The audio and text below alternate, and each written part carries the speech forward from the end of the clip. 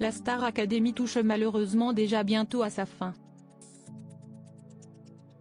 CST le 26 novembre 2022 que sera diffusée la grande finale de cette nouvelle saison.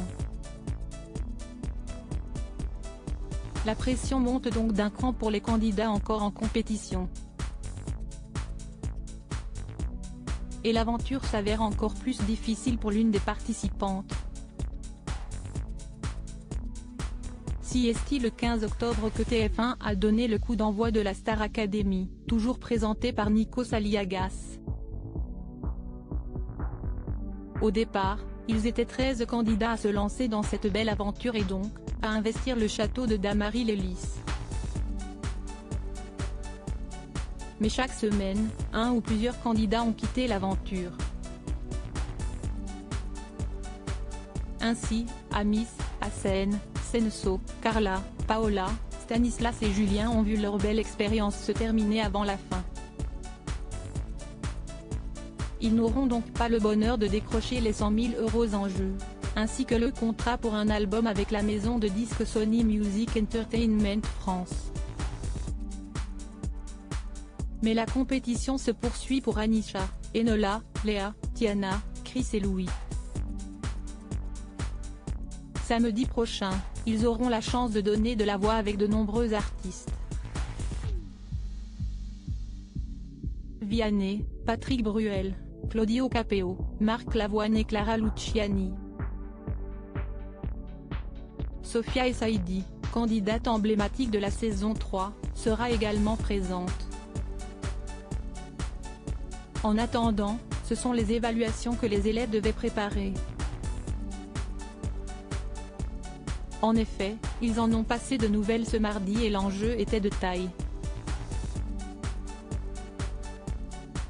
Le meilleur candidat sera d'office qualifié pour la finale tandis que les autres seront nominés. Tous devaient interpréter le titre de leur choix, mais en lien avec leur aventure dans la Star Academy. Anisha a choisi The Show Must Go On de Queen. Et elle a fait mouche auprès des professeurs comme les internautes qui sont abonnés au live de MyTF1 Max ont pu le découvrir.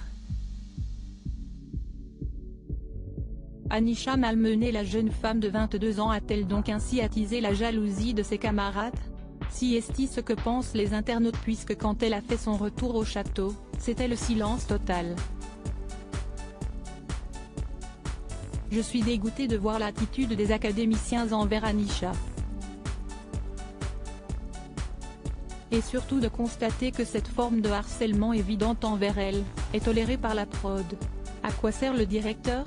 À l'heure où l'on parle tellement du harcèlement, quel silence assourdissant. Léa qui ironise au retour de Leval d'Anisha, j'ai failli pleurer, heureusement j'étais à la cuisine je n'ai pas suivi.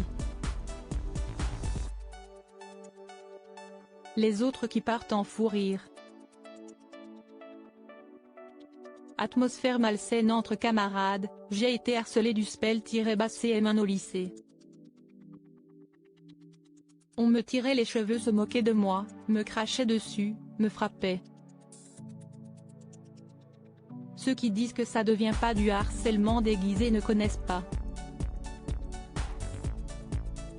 Je revis ça à travers Anisha.